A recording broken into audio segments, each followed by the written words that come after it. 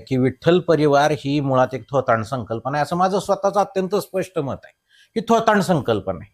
आदरणीय भारतनाना ज्यावेळेस मी त्यांच्यासोबत अनेकदा माझे त्यांचे मतभेद होते, अनेकदा ते मी त्यांच्यासोबतही काम केलं, तर ते गमतीनं बऱ्याच असं बसल्या एक म्हणायचे की पूर्वजाची कीर्ती सांगेतो एक मूर्ख, असं म्हणायचे. ते मुळामध्ये विठ्ठल परिवाराचा आणि कर्मवीर अण्णांच्या घराचा किंवा कर्मवीर अण्णांच्या गटाचा तसा अर्थार्थी काही संबंध नाहीये. अनुयायी जर तुम्हाला म्हणणं अपेक्षित असेल की अण्णांचेच अनुयायी होते, मग तसं म्हणलं तर श्रीमंत सुधाकर परिचारक सुद्धा अण्णांचेच अनुयायी होते. जर विठ्ठल परिवार अण्णांशी जोडायचा असेल तर एकही नेता अण्णांच्या पारदर्शकतेच्या आणि व्यवहाराच्या पॅरामीटरमध्ये बसणारा नाहीये. आदरणीय कल्याणराव काळेंचा शहरामध्ये संबंध काय, त्यांचं काय इन्फ्लुएन्स आहे तर खाली अगदी माढ्याचे आमदार आहेत अभिजित पाटील, त्यांचा शहरामध्ये इन्फ्लुएन्स काय की स्वार्थासाठी बांधली मोठ आणि सत्ता लाट दिसतात फुटे यांची बोट.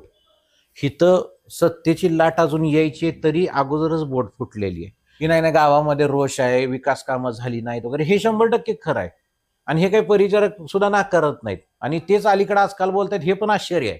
तेच सांगतात बऱ्याच ठिकाणी की नाही गाव भकाल झालंय, गावाची काही सुधारणा नाही. अरे मग सत्ता कुणाकडे होती? तुमच्याकडेच होती ना ती. आज पाण्याची अवस्था काय पंढरपुरातले पाणी पुरवठ्याच्या बाहेरचा जो नळ आहे ना आपल्या इथला, त्याचा TDS चेक केलाय मी स्वतः. तो TDS जास्त आहे. ऍक्च्युअली TDS किती पाहिजे? साधारणतः 60 ते 80च्या दरम्यान पाहिजे. त्याचा किमान 1000च्या आसपास TDS आहे. आता मी जे म्हणलं की उभारणारे युवक आहेत ना, साधा प्रश्न विचारा ना सर्व नगरसेवकांना. अगदी काही जणांची 30-30 वर्ष झाल्यात नगरपालिकेने. त्यांना एक प्रश्न विचारा, नगरपालिकेचा कारभार नेमकं कोणत्या कायद्यानुसार चालतो? त्या कायद्याचं नाव सांगा. की तुम्ही लोकांना कधीतरी हे सांगितलं पाहिजे की आम्ही पैसे देणार नाही, मताला देणार नाही पैसे, कारण आमची ऐपत नाही तुम्हाला विकत घ्यायची. आता तुम्ही एवढे मतदार राजा आहे ना, तुम्हाला विकत घ्यायची आमची ऐपत नाही. तुम्ही राजा आहे आमच्यासाठी, राजाला विकत घ्यायची कोणाची ऐपत नसते. नमस्कार पंढरपूरकर. पंढरपूर नगर परिषदेच्या करेक्ट कार्यक्रमामध्ये आपणा सर्वांचं सहर्ष स्वागत. आज आपण नवीन पाहुण्यांना भेटणार आहोत या निवडणुकीच्या निमित्तानं. पंढरपूर तालुक्याच्या हरित क्रांतीचे निर्माते कर्मवीर औदुंबराव पाटील यांचे नातू अमरजीत पाटील यांच्याशी आपण आज बातचीत करणार आहोत. नमस्कार. नमस्कार. पंढरपूर नगर परिषदेच्या निवडणुकीच्या निमित्तानं पुन्हा एकदा विठ्ठल परिवार हा विषय पुन्हा एकदा चर्चेत आलेला आहे.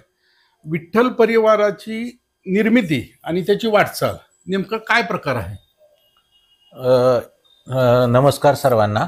याच्यामध्ये आपण एक बाब समजून घेतली पाहिजे की विठ्ठल परिवार ही जी काही निर्मिती आहे, ही त्याचे जे विठ्ठल परिवाराचे जे संस्थापक आहेत, बऱ्याच नागरिकांचा किंवा पंढरपूर तालुक्यातील शहरातील जनतेचा असा समज आहे की विठ्ठल परिवार म्हणजे कर्मवीर अण्णांशी संबंधित असलेला परिवार. तर ती गोष्ट तशी नाही आहे. मुळामध्ये ज्या वेळेस माझे वडील विठ्ठल सकरीचे चेअरमन होते, ॲडव्होकेट राजाभाऊ पाटील, त्यांच्यावरती ज्यावेळेस वसंतराव काळेंनी शिवसेनेचं सरकार आल्यानंतर अविश्वास ठराव आणला आणि तो ठराव पास झाल्यानंतर ज्यावेळेस वसंतदादा काळे विठ्ठल सकरी चेअरमन झाले, त्याच्यानंतर स्वतः वसंतराव काळेंनी अनेक ठिकाणची वेगवेगळ्या विचारधारेची लोक एकत्रितमध्ये केली. त्याच्यामध्ये स्वतः ते शिवसेनेच्या पाठबळावरती ते सत्तेमध्ये आले होते. त्याच्यानंतर कालांतरानं ते वेगळ्या पक्षात गेले. असं असताना वेगवेगळ्या विचारधारेची लोक त्यांनी एकत्रित केली आणि त्यांनी स्वतः त्या सगळ्या एकत्रित जे जोडलेलं होतं लोकांना, त्याला नाव विठ्ठल परिवार दिलं. मुळामध्ये विठ्ठल परिवाराचा आणि कर्मवीर अण्णांच्या घराचा किंवा कर्मवीर अण्णांच्या गटाचा तसा अर्थार्थी काही संबंध नाहीये. पंढरपूर तालुक्यामध्ये पूर्वपार जर बघायला गेलं तर अगदी सुरुवातीपासून कर्मवीर अण्णांचा गट आणि परिचारकांचा गट असे दोनच गट होते. ह्याच्यामध्ये विठ्ठल परिवार जर बघायला गेला याचा इतिहास, तर त्याचे संस्थापक वसंतराव काळे होते आणि मुळामध्ये अण्णांच्या घराच्या पाडावासाठी त्यातून जे काही सत्ता संघर्ष घडला होता, त्यातून विठ्ठल परिवाराची निर्मिती झालेली आहे. त्यामुळे मी स्वतः तरी किमान स्वतःला त्या विठ्ठल परिवाराचा भाग मानत नाही. मी त्यापासून 4 हात लांबच असतो. तुम्ही म्हणता ते खरं आहे, वसंतदादांनी विठ्ठल परिवाराची निर्मिती केली, पण मूळ प्रवाह हा औदुंबरावांच्या संबंधित आहे.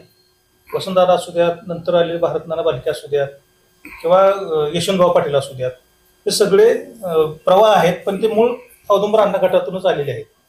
त्याच्यामुळे तसं बघितलं तर विठ्ठल परिवार हा त्या अर्थानं अण्णाशी जुळतो. नाही काय नाही त्याचं नाका. आता तुम्ही त्यात जी काही नावं घेतली, अगदी यशवंत भाऊंचं, आदरणीय यशवंत भाऊंचं जे नाव घेतलं, त्याच्यामध्ये आपण एक इतिहास विसरता कामा नाही की आदरणीय यशवंत भाऊ हे अनेक वर्ष श्रीमंतांच्या सोबत होते, सुधाकर पंत परिचारकांसोबत होते. ते विठ्ठल सहकारीच्या राजकारणातून ज्यावेळेस बाजूला गेले ते त्यावेळेस तिकडच होते. म्हणजे अगदी श्रीमंतांची 25 वर्षाची जी आमदारकी झाली त्यातल्या किमान 15 वर्ष आमदारकीमध्ये तर यशवंत भाऊ त्यांच्या सोबत आहेत. आणि विठ्ठल सहकारी नाव आहे जे अण्णांनी त्या काळामध्ये दिलं, म्हणून आपण त्या गोष्टीला किंवा नंतर वसंत काळेंनी निर्माण केलेला विठ्ठल परिवार त्याच्याशी अटॅच करणं मला ते संयुक्तिक का वाटत नाही सांगतो. मुळात इथं प्रश्न जो आहे तो तत्वाचा आणि निष्ठेचा किंवा सत्याच्या मार्गावर चालण्याचा आहे. अण्णांचा जो काही कारभार होता तत्वनिष्ठतेचा, पारदर्शकतेचा होता. नंतरच्या काळामध्ये जे काय घडलंय ते सगळ्यांच्या समोर आहे. म्हणजे आता त्यातली कुणीच लोक हयात नाही आहेत. म्हणजे अण्णा नाही आहेत, वसंतदादा काळे नाही आहेत, आदरणीय भारतनाना बालके नाही आहेत. त्यामुळं आपण जे म्हणतोय ना की ते हेच आहेत. जर समजा म्हणजे मी त्याला अनुयायी जर तुम्हाला म्हणणं अपेक्षित असेल की अण्णांचेच अनुयायी होते, मग तसं म्हणलं तर श्रीमंत सुधाकर परिचारक सुद्धा अण्णांचेच अनुयायी होते. म्हणजे अनेकांना ते माहित नाही की वसंतदादा काळे ज्या वेळेस सभापती होते त्यावेळेस श्रीमंत सुधाकर परिचारक हे पंचायत समितीचे उपसभापती होते आणि अण्णा आमदार होते.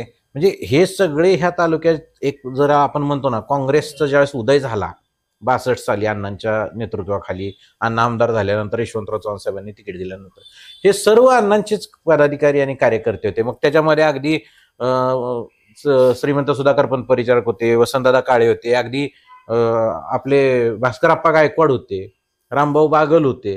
ही सगळी जुनी लोक तिथंच होती ना. ठीक आहे, तुम्ही म्हणता बरोबर आहे. पण राजकीय वाटा जेव्हा अण्णांच्या आणि पंतांची वेगळ्या झाल्या त्याच्यामध्ये पंतांचा गट नंतर पांडुरंग परिवार म्हणून पुढे ओळखला जाऊ लागला, कंटिन्यू आहे. हे बघा एक त्याचबरोबर हा जो गट आहे तो राजकीय दृष्ट्या अण्णाशी कनेक्ट आहे.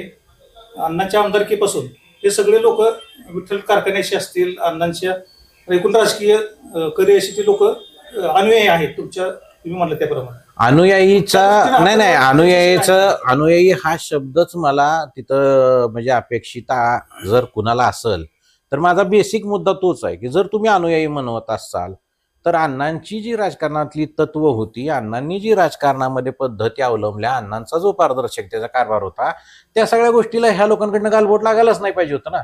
आणि सगळ्यात महत्वाचं काय झालं, 1995 साली ज्या वेळेस माझे वडील विधानसभेला उभे राहिले त्यावेळी जे थोडक्या मतानं जो माझ्या वडिलांचा पराभव झाला, आता हा खरं तर इतिहास आहे, म्हणजे तो किती उघडण्यात त्याला अर्थ नाही, पण लोकांना माहिती असावं म्हणून सांगतो. तर त्यावेळेस जे काही घडलं त्याच्यामध्ये प्रामुख्यानं जे काही थोडंफार वाद झाला त्याच्यामध्ये वसंतराव काळेंचं आणि बाळासाहेब देशमुखांचं नाव आघाडीनं घेतलं गेलं की या लोकांनी संचालक मंडळात असताना सुद्धा म्हणावी तेवढी ताकद दिली नाही किंवा वेगळ्या बाजूनं वेगळ्या अर्थानं काही गोष्टी झाल्या. आणि त्यात आणखी एक बाब होती की ती म्हणजे अण्णा काँग्रेसचे अध्यक्ष होते आणि अण्णांनी त्यांचं काँग्रेसचं अध्यक्षपद सोडलं नाही. अगदी स्वतःच्या मुलाविरोधात अण्णांनी प्रचार केला वगैरे, ह्या सगळ्या घटना त्याला कारणीभूत आहेत. त्यामुळं थेट जर म्हणायचं असेल म्हणजे अगदी आता मला असं वाटतं की तुम्ही ज्या वेळेस अण्णांशी ह्या विठ्ठल परिवाराचं नातं जोडताना मला सातत्यानं स्वातंत्र्यपूर्व काळातलं ते क्रांतीसिंह नाना पाटलांच्या प्रति सरकारची आठवण येते. त्या काळात सुद्धा असंच होत होतं की प्रति सरकारचं ज्यावेळेस आंदोलन चालायचं त्यावेळेस अनेक दरोडेखोरांच्या टोळ्या त्या काळात सुद्धा होत्या की ज्या गावोगाव दरोडा टाकताना क्रांतीसिंह नाना पाटील की जय, महात्मा गांधी की जय म्हणायचे आणि दरोडे टाकायचे. म्हणजे मला यात कोणाला काही वेगळं, मी फक्त ते उदाहरण देतोय की तसं आता अण्णा हे या तालुक्याच्या कृषी औद्योगिक क्रांतीचे जनक आहेत आणि या भूमीची, या तालुक्याच्या राजकारणाची एक अशी परिस्थिती की त्यांचं नाव घेतल्याशिवाय आम्हाला काय करता येत नाही अशी अगतिकता आहे. त्यामुळे प्रत्येकाला वाटतं की आम्हाला आज जसं शिवाजी महाराजांशी प्रत्येकाला आपलं नातं जोडावं वाटतं तसं अण्णांचं झालेलं आहे. प्रत्येकाला वाटतं की अण्णांचं आम्ही फॉलोवर आहोत वगैरे, पण वैचारिक पातळीवरती जर म्हणलं, जर हे पॅरामीटर लावायचे म्हणलं तर मग फार ते अवघड होईल की म्हणजे त्या साच्यात कोणच बसत नाही. तुम्ही ज्या अण्णांच्या विचाराचा, तत्वाच्या आणि एकूण वाटचालीचा किंवा ती परंपरा पुढे नेण्याचा विषय उपस्थित केला, तसेच आरोप पांडुरंग परिवार पण होतात.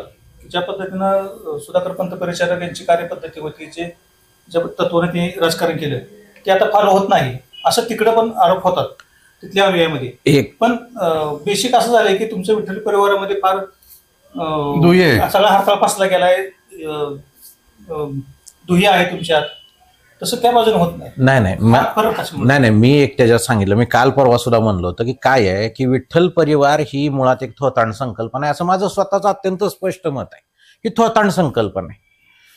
एक लक्षात घ्या, जर ह्या परिवाराला ज्यावेळेस तुम्ही अण्णांशी जोडणार असाल तर तिथं तुमच्या संस्था काटकसरीनं चालल्या पाहिजेत, तिथं तुमच्या संस्था फायद्यानं चालल्या पाहिजेत, तिथं तुमच्या सभासदांचं हित हे सर्वतोपरी प्राधान्यानं सगळ्यात पहिल्यांदा फर्स्ट प्रायोरिटी तुम्हाला तिथं असली पाहिजे, लोकांच्या कल्याणाचीच असली पाहिजे. आज जर आपण बघतोय जे कोणी विठ्ठल परिवार या तथाकथित संकल्पनेतील जेवढे काही नेते आहेत, प्रत्येकाच्या संस्थेचा तुम्ही इतिहास काढून बघा किंवा वर्तमान स्थिती काढून बघा की काय अवस्था आहे सगळ्याला माहिती आहे. तुम्ही फक्त नावासाठी म्हणून एकत्र येणार आणि संस्थेच्या दृष्टिकोनातून लोकांच्या भल्याचा विचार मांडण्याच्या दृष्टिकोनातून तुमचं काहीच योगदान नाहीये आता.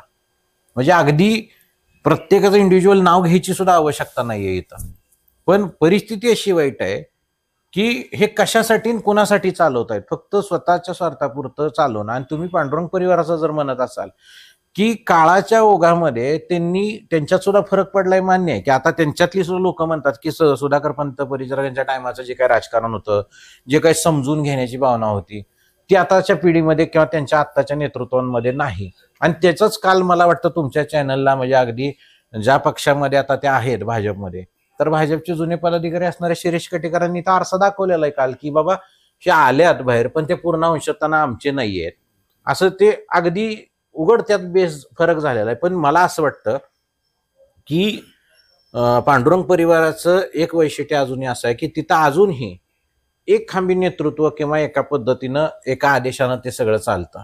हिथं एक ना धड भाराभर चिंध्या आहे, तिथं प्रत्येकाला राजकीय महत्वाकांक्षा आहे, इथं प्रत्येकाला एकमेकाला पाण्यात बघायचं आहे, इथं प्रत्येकाचे हेवे दावे वेगवेगळे आहेत, अशा अनेक शकलं पडलेली आहेत. आणि सगळ्यात महत्वाचं असं की यातला एकही नेता जर विठ्ठल परिवार अण्णांशी जोडायचा असेल तर एकही नेता अण्णांच्या पारदर्शकतेच्या आणि व्यवहाराच्या पॅरामीटरमध्ये बसणारा नाहीये.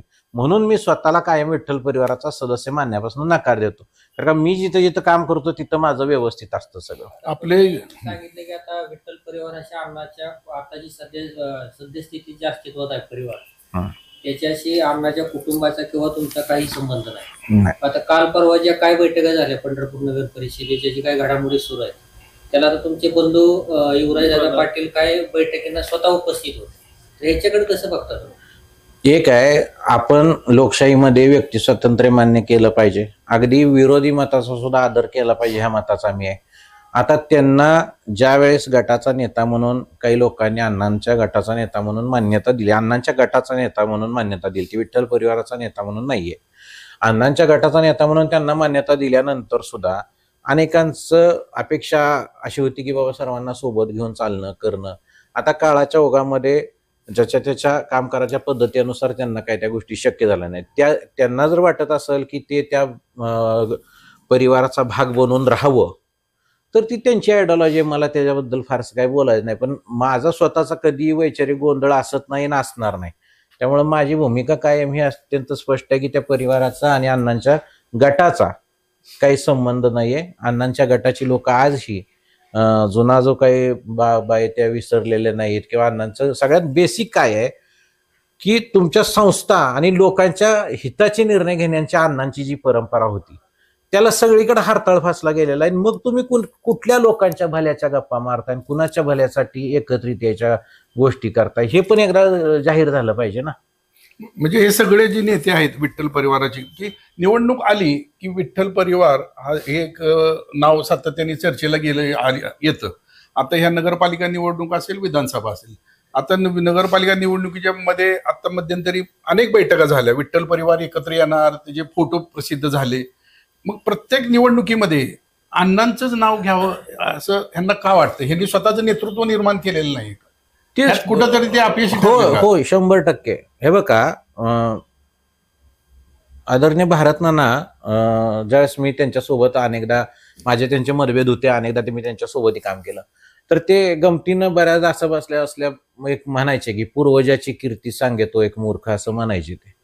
मला काय वाटतं की पूर्वजांच्या कीर्तीवरती आपण किती दिवस चालणार आहे? पूर्वजांनी काही मापदंड निर्माण करून दिले, तुम्हाला पायवाटा करून दिल्या, त्या पायवाटेची तुम्ही वहिवाट करावी लागते, ती तुम्ही त्या पद्धतीनं करायला हवी होती.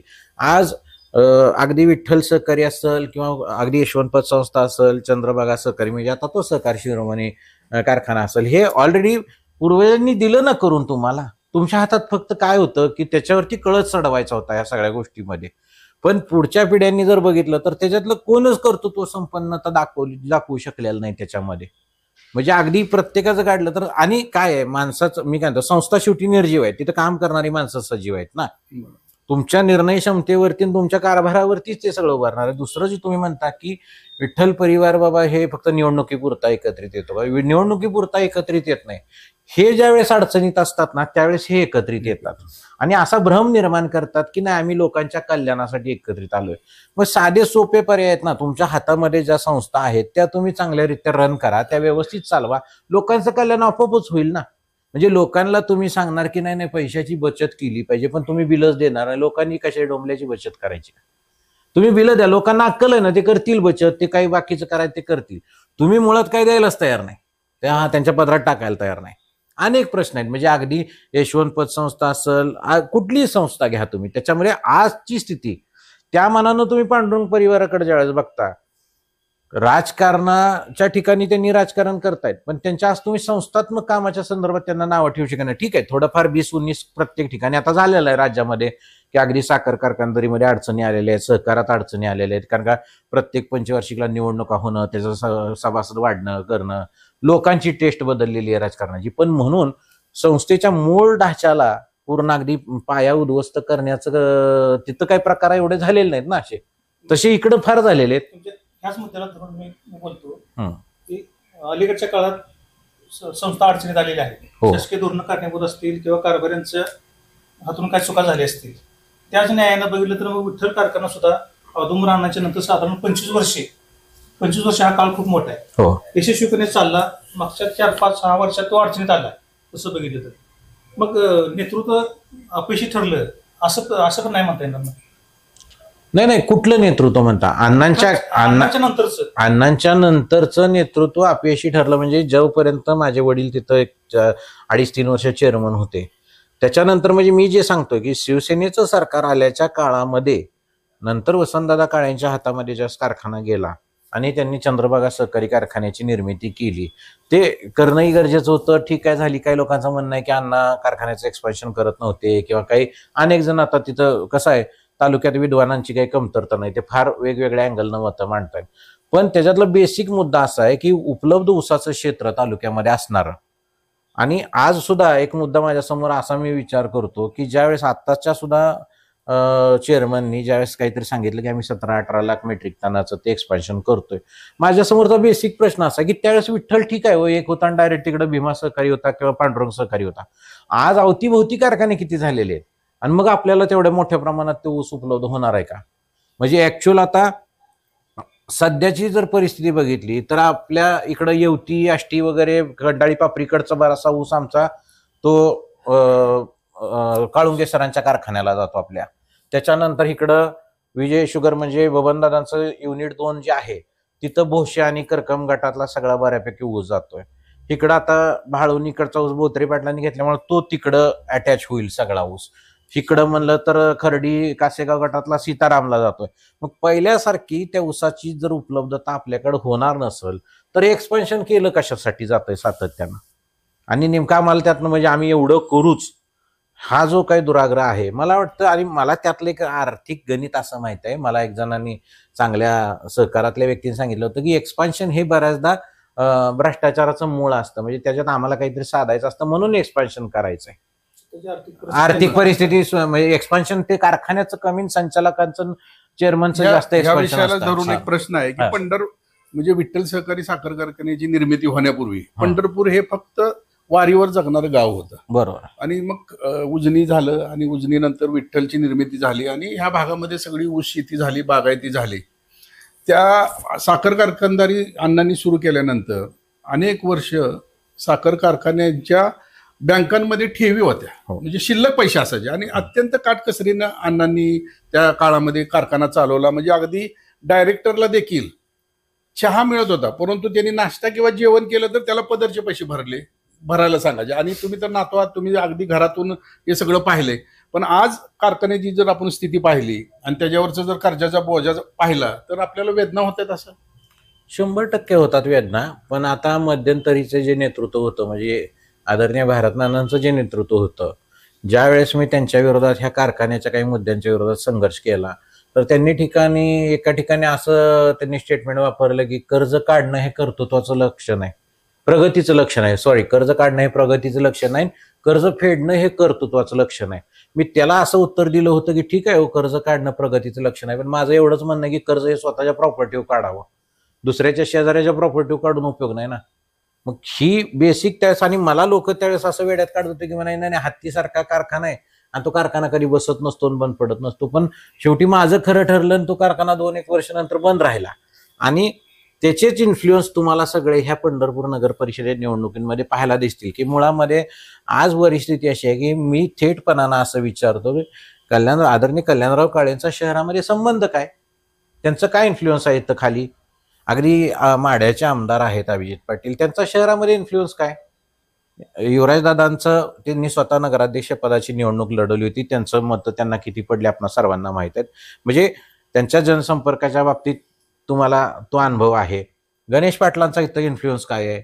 मग राहिले भगीरथ भालके किंवा त्यांची फॅमिली, त्यांचं आपण मान्य करू की त्यांचा इथं शहरामध्ये इन्फ्लुएन्स आहे किंवा त्यांचं भारतनानांची लोकांशी कनेक्टिव्हिटी होती वगैरे. पण मूळ मुद्दा परत तिथं सुद्धा फिरून येतात असा की भावनिकतेवरती राजकारण किती दिवस चालणार आहे. भावनिकतेवरती राजकारण जर चालवायचं असलं असतं तर मग सुधाकर पंत परिचारक 25 वर्ष इथं आमदार होते, त्यांच्या मागे त्यांनी कधी भावनिकतेचं राजकारण मला आता जाणवत नाही कुठं की प्रशांत परिचारक किंवा ह्यांनी केलंय की रोजच त्याचं काही ना काहीतरी सांगतायत की. आणि मग त्या जुन्या क्लिपिंग काढून ऐकवायची गरज नसती ना. आणि त्या सोशल मीडियावरती राजकारण नाही ना चालणार तुमचं. म्हणजे मला काय वाटतं, वास्तवात उतरावं. अगदी विठ्ठल परिवाराच्या नेतृत्वांनी सगळ्या जे काय परिवार म्हणून म्हणतायत ना, तर परिवाराच्या नेतृत्वांनी आधी स्वतः आत्मचिंतन केलं पाहिजे आणि मग शहराच्या कल्याणाच्या गोष्टी केल्या पाहिजे. आपण विठ्ठल परिवाराचा मुद्दा थोडासा बाजूला ठेवूया. तुम्ही म्हणता त्याप्रमाणे अण्णाचा गट जरी आपण विचारात घेतला, अण्णाचं नेतृत्व किंवा तुम्ही अण्णाचे वारस आहात. पंढरपूर शहरावर एकेकाळी औदुंबर अण्णाची पूर्ण सत्ता होती. अण्णा म्हणे ते नगरसेवक, नगराध्यक्ष सगळं काही व्हायचं. पण मागच्या 20-25 वर्षात शहरातून अण्णा गट जवळपास लुप्त झालाय. बरोबर. अगदी एखाद्या दिवसात नगरसेवक पण आता अण्णाच्या विचाराचा नगरपालिकेत दिसत नाही. मग हे वारस म्हणून तुमचं काय अपयश आहे असं वाटत नाही का? याच्यामध्ये मी असं म्हणेन की एक लक्षात घ्या की मुळामध्ये अण्णा गटाचं नेतृत्व म्हणून ज्यावेळेस दादांकडे म्हणजे युवराज दादांकडे हे नेतृत्व दिलं गेलं, मुळामध्ये प्रामुख्यानं जबाबदारी, मी माझी जबाबदारी टाळणार नाही, पण प्रामुख्यानं जबाबदारी ही नेतृत्वाची असते की तुम्ही सगळ्यांना एकत्रित ठेवणं आणि संवाद ठेवणं, सुसंवाद ठेवणं. आता एकदा ते ज्येष्ठ असल्यामुळे त्यांच्याकडे सोपवल्यानंतर जर त्याच्यामध्ये ते कमी पडलेल्या दिसत आहेत तुम्हाला, अगदी त्यांच्या स्वतःच्या नगराध्यक्षपदाच्या निवडणुकीमध्ये त्याचा प्रत्यय त्यांना स्वतःला आला असेल. आणि अगदी या विषयावर माझं त्यांच्याशी घरगुती चर्चेमध्ये सुद्धा ते बऱ्याचदा झाली सुद्धा चर्चा. पण शेवटी प्रत्येकाच्या मर्यादा आहेत, काम करायच्या पद्धती वेगळ्या आहेत. माझं जर बॅकग्राऊंड तुम्ही बघाल तर मी सामाजिक चळवळीतून पुढे आलेलो आहे. माझं आजही माझ्या तालुक्यात जेवढं काही मी काम केलं, शहरामध्ये काम केलं, माझ्याकडे आज सुद्धा सगळ्यांचे कॉन्टॅक्ट नंबर आहे, सगळं आहे. आता फक्त विषय एवढा आहे की माझी बेसिक अडचण ही आहे की मी सेकंड फळीत आहे. हो, अण्णा गटामध्ये मी सेकंड फळीत होतो. आता ह्या बँकेनंतर मात्र मला असं वाटायला लागलं की मी फ्रंटला आलोय बँकेचा चेअरमन झाल्यानंतर, किंवा ह्या बँकेच्या निवडणुकीमध्ये ते स्वतः माझ्या विरोधामध्ये, आमच्या पॅनलच्या विरोधामध्ये उभं होते, लोकांनी मला स्वीकारलं किंवा आमच्या पॅनलला स्वीकारलं.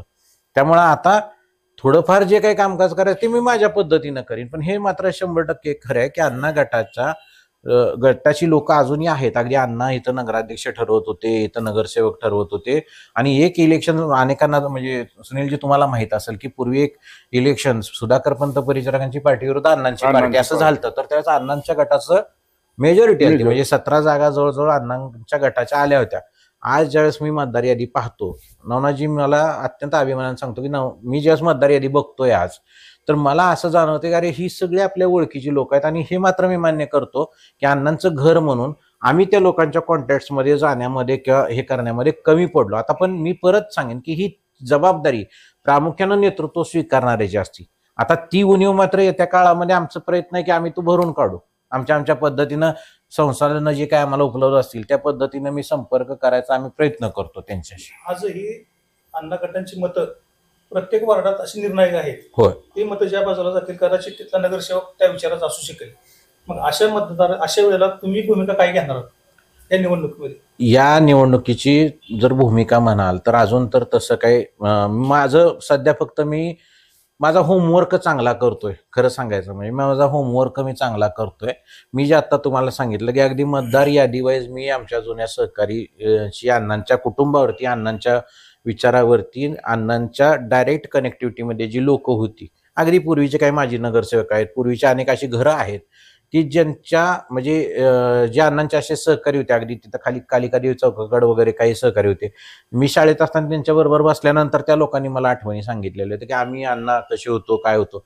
आता एक मात्र असं झालंय की बँकेचं इथं मला चेअरमन पदाची सेवा करायची संधी मिळाल्यानंतर ती लोक आपसुकच माझ्या अलीकडे संपर्कात आली आणि त्यांनी सांगतात की नाही आमच्या आजोबा तुमच्या आजोबांच्या सोबत होते वगैरे.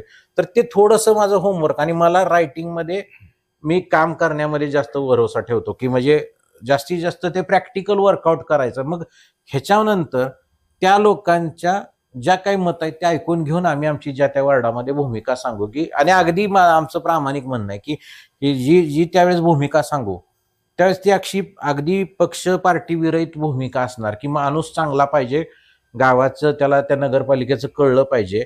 आणि कारण का काय झालंय, पंढरपूर नगरपालिकेमध्ये आता गेली 15-20 वर्ष ज्यांच्याकडे सत्ता आहे परिचारक गटाकडे, माझा सातत्याने त्यांना सुद्धा सोशल मीडियावरनं प्रश्न आहे की परिचारकांच्या गटानं सुद्धा अगदी ते पांडुरंग परिवार वगैरे जे म्हणतात त्यांनी सुद्धा थोडंसं आता बदललं, त्या काळाचं भूमिका स्वीकारली पाहिजे. तुम्हाला चांगली लोक मिळतच नाहीत का? तुमच्याकडे चांगली लोक नाहीतच का? कायम तुम्हाला 2 नंबरवाले, गुंड, मवाली हेच कशाला पाहिजेत उभे करायला? मुद्दा बरोबर आहे. गेल्या अनेक वर्षापासून सातत्याने परिचारक गटाची एक हाती सत्ता आहे नगरपालिका. हो. तर आता सध्याची जी निवडणूक सुरू आहे त्या निवडणुकीत त्यांना मागच्या 15-20 वर्षाच्या काळात जे शहराचं काही विद्रोहीकरण झालं, हजारो कोटीचा निधी आला, मात्र खर्च कुठे केला अजूनही सगळेजण विचारतात की रस्त्याची अवस्था जैसेच आहे. इतर काय शहराचा भाग वाढला, येसुबाई परिसर असेल, टाकळी परिसर असेल, शहराचं विस्तारीकरण झालं मात्र त्या तुलनेत लोकांना सुविधा मिळाल्या नाहीत. नगरपालिकेचं महसूल वाढला, पैसे आले, पण विकास झाला नाही. तर आता सध्याच्या निवडणुकीत विठ्ठल परिवार हा परिचारकांच्या आघाडीच्या विरोधात एक तुल्यबळ विरोधक म्हणून पाहिलं जात होतं. पण मात्र आताची त्यांची जी अवस्था आहे, प्रारंभीच्या काळात ते एकत्र आले, त्याच्यानंतर एक गट दुसरीकडे जातो, दुसरा गट तिसरीकडे जातो, रात्री एक बैठक होती, सकाळी एक बैठक होती, पण सातत्याने मला वाटतं एक चेहरा म्हणून ते पुढे येत नाही. तर त्या परिवाराला म्हणून तुम्ही काय सांगू शकता की बाबा विरोधक म्हणून कशी आघाडी केली पाहिजे किंवा कसा विरोध केला पाहिजे, आव्हान दिलं पाहिजे नगरपालिकेसमोर? याच्यामध्ये मला चित्रलेखाचे संपादक ज्ञानेश महाराजांचं एक टायटल आठवतं. त्यांनी पूर्वी लिहिलं होतं की स्वार्थासाठी बांधली मोठ आणि सत्ता लाट दिसतात फुटे यांची बोट. हिथं सत्तेची लाट अजून यायची तरी अगोदरच बोट फुटलेली आहे. त्याला मगाशी जी मी कारणं सांगितली ती की समन्वय मुळामध्ये नेत्यांमध्ये नाहीये. एक लक्षात घ्या, प्रत्येकाचा युगो महत्वाचा वाटतोय आणि ग्राउंडचा होमवर्क करायला ही लोक तयार नाहीत आज सुद्धा. म्हणजे विठ्ठल परिवार जे काही म्हणता तुम्ही त्यातली ही लोक ग्राउंडचा होमवर्क करायला तयार नाहीत. बरं, ह्यांना काय वाटतं की अगदी मला असं वाटतं की लोकशाहीमध्ये तुम्ही आज पांडुरंग परिवारामध्ये मात्र ती बाब एक महत्वाची आहे की ते छोट्यातल्या छोट्या कार्यकर्त्याचं म्हणणं ऐकून घेतात, त्याला बोलवतात, तुला काय वाटतंय विचारतात. म्हणजे तुम्हाला सुद्धा अनुभव असेल की अगदी पत्रकारांना सुद्धा ते विचारतात की तुमचं काय म्हणणं आहे, तुम्हाला काय वाटतं त्या अमक्या अमक्या भागात, ते विचारतात, चौकशी करतात. तसं इकडं काही नाहीये, संवादाचा प्रचंडरित्या अभाव आहे आणि यांचा पब्लिकशी संवाद नाही आणि आपसातही मेळ नाहीये. त्यामुळे तुम्ही जे म्हणता की आव्हान वगैरे, तसं काय आव्हान वगैरे नाही. माझा असा अंदाज आहे की अगदी आता भाजपची जोड त्याला मिळालेली आहे पांडुरंग परिवाराला, आणि भाजप हा शिस्तबद्ध पक्ष आहे. अगदी मला असं कळलं की आता ते सगळ्या जागा चिन्हावर लढणार आहेत, नगराध्यक्ष चिन्हावर अगदी क्लीन स्वीप देतील. अगदी सर्वच्या सर्व जागा सुद्धा ते विरोधी आघाडीला मिळतील एवढी दाट शक्यता. अंडर करंट तसा आपल्याला जाणवत जरी नसला, म्हणजे आपण हे जे म्हणतो ना की नाही गावामध्ये रोष आहे, विकास कामं झाली नाहीत वगैरे, हे 100% खरं आहे आणि हे काही परिचारक सुद्धा नाकारत नाहीत. आणि तेच अलीकडे आजकाल बोलतात, हे पण आश्चर्य आहे. तेच सांगतात बऱ्याच ठिकाणी की नाही गाव भकाल झालंय, गावाची काही सुधारणा नाही. अरे मग सत्ता कुणाकडे होती? तुमच्याकडेच होती ना ती, मग तुम्ही का केलं नाही? साधे विषय. म्हणजे आता सगळ्यात त्यातला मला एक बेसिक मुद्दा सुनीलजी एक सांगायचा आहे तुम्हाला की तो असा, आपण जे विठ्ठल परिवारातल्या नेत्यांना परिचारक गटाचे किंवा पांडुरंग परिवाराचे विरोधक समजतोय ना, याचं कुठं तर संशोधन झालं पाहिजे की हे खरे विरोधक आहेत का. त्याचं कारण मला सांगा. जर समजा तुम्ही विरोधक आहात तर नगरपालिकेत तुम्ही जे सांगता की हजारो कोटीचा लाखो कोटीचा निधी आला, कामं झाली वगैरे, विरोधकाचं काम काय हो? तुम्ही यातले ते लुप्सहोल काढून तुम्ही किती प्रकारे हे मुद्दे आत्ता गेल्या 5-6 वर्षामध्ये, आता ठीक आहे की प्रशासक होता, त्याच्या आधीचे काही मुद्दे होते, आवाज नाही उठवला, आवाज उठवायचं पण, आणि दुसरं म्हणजे तुम्ही न्यायालयीन लढाई लढा, जनतेच्या मैदानात जाऊन लढाई लढा. काय लढला? काहीच नाही ना. साधं आज माझं स्पष्ट असं आहे, जेवढे विरोधात उभारणारे नगरसेवक पदाचे कार्यकर्ते आहेत, आपण त्यांना असं एकदा विचारून घ्या की तुम्ही आतापर्यंत तुमच्या वार्डातल्या किंवा विठ्ठल परिवाराच्या नेत्यांना विचारा, तुम्ही आतापर्यंत कुठल्या समस्येवरती साधं एक निवेदन नगरपालिकेत जाऊन दिलंय आणि त्याचा पाठपुरावा करून त्या प्रश्नाची सोडवणूक करून घेतलेली आहे. कळीचा मुद्दा आहे हे. आणि हे का मला सांगायला काय, नगरपालिका अगदी मी 16 वर्षाची दप्तर सगळं घरात आणून ठेवलं होतं. शहरामध्ये ओपन प्लॉटच्या संदर्भात काय झालेलं आहे सगळ्यांना माहित आहे. रस्त्यांच्या बाबतीत कसं, कामाच्या बाबतीत काळा बाजार आहे सगळ्यांना माहित आहे. नगरपालिकेचे टॅक्सच्या बाबतीत कसं चुकीच्या पद्धतीची आकारणी आहे ते सगळ्यांना माहित आहे. मुद्दे सर्वांना माहित आहेत. पण कसं आहे मग की तेरी बी चूप मेरी बी चूप असं चाललंय. म्हणजे तुमची मिली बघत आहे ना, तुम्ही जनतेच्या डोळ्यात धूळ फेकताय की आम्ही यांचे विरोधक आहे, आम्हाला द्या. आणि विरोधक म्हणजे कोण आहे? हे बघा, तिकडच्या गुंडानं ह्यांच्याकडे प्रवेश केला आणि इकडून नगर, म्हणजे गुंडांनी फक्त पार्टी बदलली आहे हो, व्यवस्था परिवर्तन कुठं आहे? सिस्टीम कुठं चेंज झाली याच्यामध्ये? का परिवारानं असं काय केलं, हे विरोधी आघाडीनं असं काय केलं की नवीन माणसं तयार केली का कोण? यंदाच्या इलेक्शनकडे बघताना मी काही जणांच्या मुलाखती बघतोय, अगदी काही सीए असेल, काही आता ते डुबल म्हणून एक जण आहेत की US रिटर्न आहेत, त्यांनी ते इलेक्शन, म्हणजे शिकलेली मुलं आता इलेक्शन लढवायला इच्छुक आहेत. पण अशा लोकांना पाठबळ कोण देतंय? परिवाराची तयारी आहे का अशा लोकांना तुम्ही बोलवून उमेदवारी द्यायची? ठीक आहे, ते हरल जिंकल पुढचा विषय, जनतेच्या दरबारातला विषय. पण तुम्ही नवीन माणसं उभा केली का? गल्लोगल्लीचे दादा, समजा परिचारकांनी याला बाजूला काढला, त्याने फक्त पार्टी बदलली, म्हणजे परत जनतेच्या नशिबी काय आहे तेच भोग आहेत ना.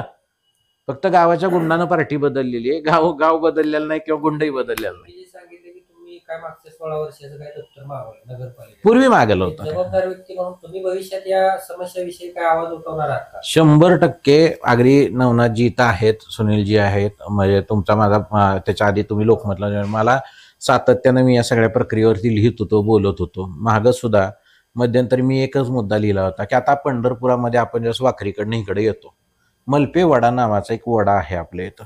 त्या मलपे वड्याचा जर तुम्ही स्काय व्ह्यू घेतला, म्हणजे याचा जर फोटो घेतला, सॅटेलाइट फोटो घेतला, तर त्याचं रेखांकन तुम्हाला त्या मलपे वड्याचं कळतं. आज परिस्थिती अशी आहे की त्या मलपे वड्यामध्ये तो ओढा न होता राहता त्याची गटार झालेली आहे. मी मध्यंतरी मग सोशल मीडियावर एवढं लिहिलं की मलपे वडा कुठं आहे. तर अनेकांचे मला फोन आले की बाबा तुम्ही फारच धाडस केलं, विचारलं वगैरे. मी म्हटलं, ज्यांचा कायदेशीर तिथं प्लॉट असेल, 7/12 निघत असेल किंवा तुमचा सिटी सर्वेचा, 7/12 ग्रामीणला असतो, सिटी सर्वेचा उतारा निघत असेल, त्यांनी ठीक आहे, त्यांच्याबद्दल मला म्हणणं नाही. मी विचारलंय काय की पूर्वी इथं ओढा होता मोठा, तो आता दिसत नाही, त्याची गटार झालेली बारकी. आता याच्यातला कायदा तुम्हाला सांगतो. कायदा असा आहे की हे सगळे नदी, नाले, ओढे, नैसर्गिक स्तोत्र सगळे कलेक्टर साहेबांच्या अखत्यारीत असतात आणि ह्याचे टाउन प्लॅनिंग मध्ये सेपरेट नकाशे असतात, ह्याची रेखांकनं असतात, लांबी रुंदी सगळं लिहिलेलं असतं. आता जर ते मोजायचं ठरलं तर या गावातले किती जण, बरं गावागावचे जे इथले शहरातले ओपन पेसेस आहे, अगदी मी मध्यंतरी सुद्धा म्हणलं, पाऊस पडला आपल्या इथं, पाणी जमतं, बरेचसे नेते भीती देतात झोपडपट्टींमध्ये की नाही गुडघाभर पाण्यात जातात, फोटो सेशन करतात. पण पाणी का जमलं तर त्या मोठ्या ज्या 3 बदबद्या पंढरपुरामध्ये आहेत त्याच्यावरती अतिक्रमणं झालेली आहेत, त्या बुजवलेल्या आहेत. बरोबर आहे, पाईप टाकून बुजवलेले आहेत. कायदा काय सांगतो की त्या बदबद्यांमध्ये पाईप टाकून तुम्हाला त्या बुजवता येत नाहीत, त्या खुल्या ठेवल्या पाहिजेत. त्या बुजवल्यात, त्याच्यावर अतिक्रमण आहेत. बरं, आता ह्यातली दुसरी बाजू असं, स्वतः नगरसेवकांची अतिक्रमण आहेत. हे तर मान्य आहे, प्रत्येक नगरसेवकाला मान्य असेल की त्यांना अतिक्रमण केलेली आहेत. आणि बऱ्याचदा असं झालेलं आहे की काही नगरसेवकांनी तर नगरपालिकेच्या जागा स्वतः भाडे तत्वाने दिलेले आहेत. मी नावं सांगायला जरी वेळ आली तर ती भविष्यात नावं सुद्धा सांगेन, अगदी शिवतीर्थावर सांगेन, त्याच्यामध्ये काही कुणाला भ्यायची काही गरज नाही. हे सगळ्याला माहित आहे. ही बरं, ज्यांच्या पार्टीचे ते नगरसेवक आहेत त्या सत्ताधारी नेत्यांना सुद्धा माहित आहे. अगदी त्याच्या पुढचं उदाहरण सांगतो. बेकायदेशीररित्या स्थापन झालेल्या किंवा चुकीच्या ठिकाणी काही गोष्टी निर्माण झाल्यानंतर नेत्यांनी उद्घाटनाला जावं का? गेलेले आहेत नेते, उद्घाटन करून आलेले आहेत.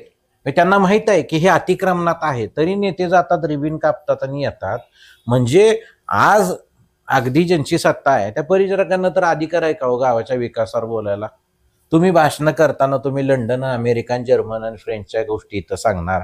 माझं म्हणणं तिकडचं सांगण्यापेक्षा तुम्ही इथलं आंबेडकर नगर, अण्णाभाऊ साठे नगर, अनिल नगर इतक्या वर्षामध्ये आम्ही का बदलू शकलो नाही? आणि या प्रत्येक गोष्टीला एक समजून घ्या, प्रत्येक गोष्टीला एक कायदा आहे. अगदी तुम्ही नगरपालिकेत गेला, दुपारी नगरपालिकेचे कर्मचारी जेवायला गेले तर महागारी येत नाहीत. महागारी येतात का? ते डायरेक्ट दुसऱ्या दिवशी येतात. लाईट चालू, पंखे चालू वगैरे. त्यांना आता विचारलं पाहिजे ना. आणि मुख्याधिकारी सुद्धा बऱ्याचदा जनतेला भेटायच्या टायमिंगला भेटत नाहीत. आता त्यांना येत्या काळात विचारलं पाहिजे, हालचाल रजिस्टर कुठं आहे तुमचं म्हणून. हालचाल रजिस्टरमध्ये कायदा असा आहे की तुम्ही बाहेर जाताना लिहून जावं लागतं की मी इकडं चाललोय आणि एवढ्या वाजता परत येईन. हे कायदे ह्याच्यात खरं ना गावाला, म्हणजे विरोधकांना एवढी मोठी संधी होती की लोकप्रबोधन करणं, लोकांचं कायद्याच्या दृष्टीनं प्रबोधन करणं आणि लोकांना शहाणं करणं. कारण लोकशाहीची ही तर खरी म्हणजे त्यातली मी काय ना, तुम्ही लोक जेवढी जास्त शहाणी करचाल तेवढी लोक. साधं पंढरपूर नगरपालिकेमध्ये नागरिकांची सनद लावलेली नव्हती. 4-5 वेळा भांडल्यानंतर लावली, ती पण अर्धवट लावली. नागरिकांची सनद म्हणजे काय? समजा माझ्या इथली पोलची लाईट बंद आहे किंवा माझ्या घराचं नळ कनेक्शन खराब आहे किंवा काय झालेलं आहे, तर मी अर्ज दिल्यानंतर ते किती दिवसात करायचं आणि कोणी करायचं, न केल्यास त्याला काय दंड आहे, त्याच्याबद्दल अपील काय, हे सगळं शासनानं कायदेशीर केलेलं आहे. पण कुणालाही नागरिकांचे ते कायदे माहित नाहीत, नागरिकांचे हक्क माहित नाही, काही माहित नाही. नगरपालिकेची वेबसाईट आता चालू झाली. ऍक्च्युअल तो GR किती 3-4 वर्षापूर्वीच आहे आणि ती पण निवडणूक आहे म्हणून चालू आहे नीट. नगरपालिकेच्या वेबसाईटला नगरपालिकेच्या सभागृहात झालेले ठराव टाकले पाहिजेत. नगरपालिकेनं पूर्वी कसा ठराव केला की ज्यांच्या घरावरती सोलर असेल लाईटचं किंवा ह्याचं, त्यांना खनपट्टीमध्ये 2% सूट द्यायची. किती नागरिकांना माहित आहे की पंढरपूर नगरपालिका, आणि काल जसं शिरीष कटेकरजी म्हणले की पंढरपूर नगरपालिकेच्या अगदी बाहेर जागा आहेत, काही कुर्डवाडीला आणि काही बार्शीला जागा आहेत. कुठं आहे रेकॉर्ड? गावातल्या जागांचा मेळ लागू देत नाहीत, गावातल्या जागांचा मेळ लागू देत नाहीत. बरं, आता कळलं असं की काही लोक जे पूर्वी प्रशासनात होते, नगरपालिके सेवेत, ते आता इच्छुक आहेत, लढायला तयार आहेत. माझं जनतेला स्पष्ट सांगणं आहे की आपल्याला नगरसेवक निवडायचे आहेत, कुणाचे गुलाम निवडायचे नाही आहेत, कुणाचे नोकर निवडायचे नाही आहेत. आणि जनतेनं सुद्धा आता स्वतः त्या गोष्टीला कारणीभूत ठरलेली आहे ना. फक्त आम्ही पैसे घेणार, मतं टाकणार आणि परत तुम्हाला बोलायचा अधिकार नाही. पैसे घेऊन मतं टाकली तर तुम्ही कशाला बोलता? बोलू नका. मागील 7.5 वर्षापासून नगराध्यक्ष असलेल्या साधनाताई भोसले यांची स्थिती सध्या कोणत्या गटाकडून लढावी अशी द्विधा मनस्थितीत आहे. सत्ताधारी गट या गटाकडून ते नगराध्यक्ष होते, ते त्यांना उमेदवारी देत नाही किंवा ते मध्यंतरीच्या काळात त्यांचे काय मतभेद झाले त्याच्यावरून त्यांनी थोडी फार कर घेतली. विरोधी गट ही त्यांना फारसा आता स्वीकारताना दिसत नाही. तरी त्यांनी कुठल्या गटाकडून लढावे असं तुम्हाला वाटतं का? त्यांनी लढूच नाही आता सध्या? नाही, हे बघा, कुणी कुठून लढायचा हा त्यांचा निर्णय त्यांनी करावा. माझं स्वतःचं मत असं आहे की माणसं बदलल्यानं फरक पडत नाही.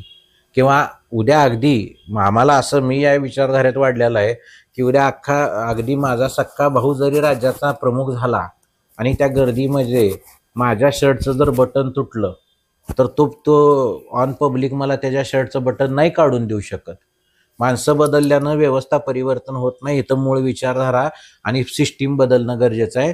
मुळामध्ये एक लक्षात घ्या, इथं जे नगरसेवक जाणार आहेत हे आता इच्छुक लोक आहेत. तुम्ही सर्व पत्रकार बांधवांना मी मागही म्हणलं होतं, गाव आणि देश बदलायचं म्हणजे अगदी तुकडोजी महाराजांनी सांगितलेलं आहे की गावावरून देशाची परीक्षा, तर ते सगळं बदलतं. म्हणजे गाव जर तुमचा नीट असेल तर देश नीट असणार आहे. जर गावाला जर अवदसा आली तर देशाला अवदसा येते, असं त्यांनी लिहिलेलं आहे तुकडोजी महाराजांनी. अगदी ते जर तसं असेल तर हे गाव सुधारायचं असेल. आता आपण जगभरात ते बघतोय की नेपाळमध्ये उठाव झाला, सगळीकडे उठाव झाला. भारतात बरेच जण म्हणतात की नाही कधी तर उठाव होईल. होणार नाही उठाव कधी. आपल्या इकडे बरेचसे ती वेगळ्या अँगलनं भजनी पूजनी लागलेली लोक आहेत. मुळात आता साधा आहेत. आपल्या इथं MIDCचा प्रश्न बरीच वर्ष प्रलंबित होता. का हो ह्या शहरातल्या पोरांना वाटत नाही की आम्ही एक दिवशी सगळेजण ठरवू, सगळेच सोशल मीडिया वापरतात, आम्ही एक दिवस ठरवून सगळेजण शिवतीर्थावरती जमू. बेरोजगार लोक एकत्रित जर येऊनच बसले इथं चौकात काय इथल्या राजकीय नेत्यांना विचार करावा लागणार नाही? तुम्ही आमच्या हाताला साधं काम देऊ शकत नाही आणि तुम्ही गप्पा मात्र कुठल्या लंडन, अमेरिका, युरोपच्या मारता. तुम्ही आम्हाला साधं छोट्या छोट्या केरळमध्ये आणि इतर अगदी सांगलीमध्ये एक गाव असं मी बघितलं, तुम्हाला ते मी सांगेन सुद्धा, की त्या गावाला पूर्ण ॲक्वा वॉटर, अगदी शेतीला ॲक्वा वॉटर दिलं जातं. द्राक्षेचं म्हणजे तिथं क्षार होते तर त्यांनी पूर्ण ते टाटा कंपनी बरोबर. आज पाण्याची अवस्था काय पंढरपुरातले पाणी पुरवठ्याच्या बाहेरचा जो नळ आहे ना आपल्या इथला, त्याचा TDS चेक केलाय मी स्वतः. तो TDS जास्त आहे. ऍक्च्युअली TDS किती पाहिजे? साधारणतः 60 ते 80च्या दरम्यान पाहिजे. त्याचा किमान 1000च्या आसपास TDS आहे. म्हणजे तुम्हाला पंढरपुरामध्ये राहिल्यानंतर खात्रीनं तुम्हाला किडनी स्टोन वगैरे फ्रीमध्ये दिला जाईल असं आहे. विठ्ठलाच्या प्रसादाबरोबर तुम्ही पंढरपूरचं पाणी पिला तर तुम्हाला किडनी स्टोन 100%, ज्याला नाही त्याला सुद्धा होऊन जाईल, अशी परिस्थिती आहे. तुम्ही वेगवेगळ्या भागातलं पाणी चेक करा. म्हणून मी बऱ्याचदा असं म्हणतो की गाव बदलायचं ना 2 व्यक्तींच्या, एक तरुणांच्या आणि पत्रकारांच्या, बस झालं. एवढ्यांनी जर लक्ष दिलं, आणि माझं स्वतःचं, मी तुमच्या सगळ्यांसोबत मी काही काळ पत्रकारिता केलेली आहे. माझं म्हणणं आहे आपण राजकीय नेत्यांचं कौतुक करायची गरजच नाही हो. त्याला काय आहे, त्यांचे कौतुक करायला त्यांचे कार्यकर्ते आहेत. ते त्यांचं वाईट म्हणजे ते नेता जर म्हणला नाही ना आज पश्चिमेकडनं उगवलाय सूर्य, तर ते वा म्हणणार आमचा नेता मान आहे, आज सूर्याला पश्चिमेकडे उगवलायला सांगितलं. आपलं कामच नाही ते. आपण कायम विरोधातच लिहिलं पाहिजे, व्यवस्थेच्या विरोधातच लिहिलं पाहिजे, माझं असं म्हणणं. आणि लोकांनी सुद्धा, तरुणांनी ते बोला. आता मी जे म्हणलं की उभारणारे युवक आहेत ना, साधा प्रश्न विचारा ना सर्व नगरसेवकांना. अगदी काही जणांची 30-30 वर्ष झाल्यात नगरपालिकेने. त्यांना एक प्रश्न विचारा, नगरपालिकेचा कारभार नेमकं कोणत्या कायद्यानुसार चालतो? त्या कायद्याचं नाव सांगा. तेवढं जरी बऱ्याचशा सांगितलं तर आपण नशीबवान आहे असं आपण मानायला हरकत नाही की वा एखादा तर आहे बाबा आपल्याला पावला. ह्याला काय दोष नेतृत्वाला देण्यापेक्षा पंढरपूरच्या जनतेची सुद्धा चूक आहे ना. अनेक सुशिक्षित तरुण उभारलेले असतात, अनेक पदवीधर उभारतात, लोक त्यांना नाकारतात. म्हणजे कशामुळे नाकारतात? एक तर मी सांगितलं ना, हे बघा विशेष संधीच आहे. जर विरोधी आघाडी म्हणत असेल की समोरची लोक नालायक आहेत किंवा त्यांनी काम केलेलं नाही, तुम्ही त्यांना रिप्लेसमेंट म्हणून कुठली लोक देणार हे ठरलं पाहिजे. विशेष संधीच आहे. कुठलाही आता सर्वसामान्य माणूस, एकदा जसं तुम्ही मला शिकलेला व्यक्ती आला तर तुम्ही सगळं जे काही गणित आहे अर्थकारणाशी जोडून ठेवलेलं आहे. की प्रत्येकाला, म्हणजे काल अगदी शिरीष केटेकर म्हणले सुद्धा की गेल्यानंतर विचारतात की नाही 40 लाख खर्चाची तयारी, कशाला लागतात तो 40 लाख? पडल फार तर, पण त्याचे मुद्दे लोकांपर्यंत जाते. आणि अगदी माझा स्वतःचा व्यक्तिगत अनुभव असा आहे की तुम्ही लोकांना कधीतरी हे सांगितलं पाहिजे की आम्ही पैसे देणार नाही, मताला देणार नाही पैसे, कारण आमची ऐपत नाही तुम्हाला विकत घ्यायची. आता तुम्ही एवढे मतदार राजा आहे ना, तुम्हाला विकत घ्यायची आमची ऐपत नाही. तुम्ही राजा आहे आमच्यासाठी, आणि राजाला विकत घ्यायची कोणाची ऐपत नसते. आणि मतदारांचं एक लक्षात घ्या, काय झालेलं आहे, पंढरपूर हे जवळजवळ 24 झोपडपट्ट्यांचं शहर आहे. अधिकृत 24 एक झोपडपट्ट्या असतील पंढरपुरामध्ये. म्हणजे ह्या झोपडपट्ट्यांमध्ये राहणाऱ्या लोकांना, आमच्या ज्या काही माता भगिनी आहेत, त्यांना वाटत नाही हो की माझ्या शेजारची पलीकडच्या गल्लीमध्ये सगळे बंगले उभा राहिले, माझी अवस्था अशी का? हे दुःखाचं मूळ, त्या समस्येचं मूळ ह्यांना समजूच दिलेलं नाही. बरं, त्याच्यामध्ये परत काय झालेलं आहे की जातीचे नेते जनतेनं झालेले, ज्या त्या वार्डामध्ये किंवा गल्लींमध्ये. मी मागेही एका मुलाखतीमध्ये नेता जातीचा असण्यापेक्षा तो मतीचा असणं गरजेचं आहे ना. तो आपल्या विचाराचा आहे का बघा, तो आपल्यासाठी काय करणार ते बघा. आणि ह्या सगळ्याचं एकमेव मला अपेक्षा अशी वाटते की येणारी पिढी जी आहे ना, बदलल, हळूहळू बदलल. अगदी कालांतरानं असं होईल की लोकांचं एखादं पुण्यासारख्या ठिकाणी जसं नागरी संघटन उभं राहिलं, आणि पुण्याचं सर्वात जास्त काळ महापौर हे नागरी संघटनेनं भोगलं, तशी काहीतरी सिस्टीम भविष्यात उभं राहील. लोकांना बदलावं लागेल, नाहीतर लोकांची कधीच परिस्थिती सुधारणार नाही.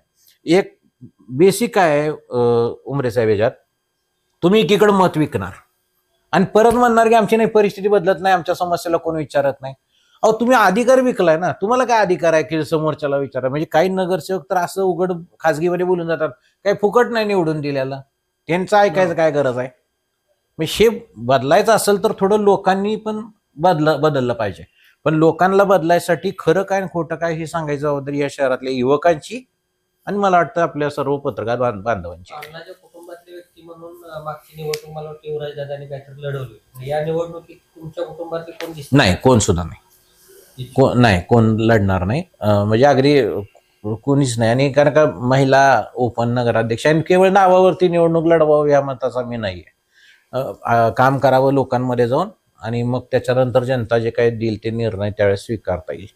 हे असं. होते अमरजित पाटील. अतिशय स्पष्ट, परखड आणि निर्भीडपणे त्यांनी पंढरपूर नगर परिषद, विठ्ठल परिवार या सगळ्या विषयाच्या अनुषंगानं त्यांनी आपली मतं मांडलेली आहेत. ही मुलाखत आपल्याला कशी वाटली हे आपण कमेंटमध्ये जरूर सांगा. धन्यवाद. धन्यवाद.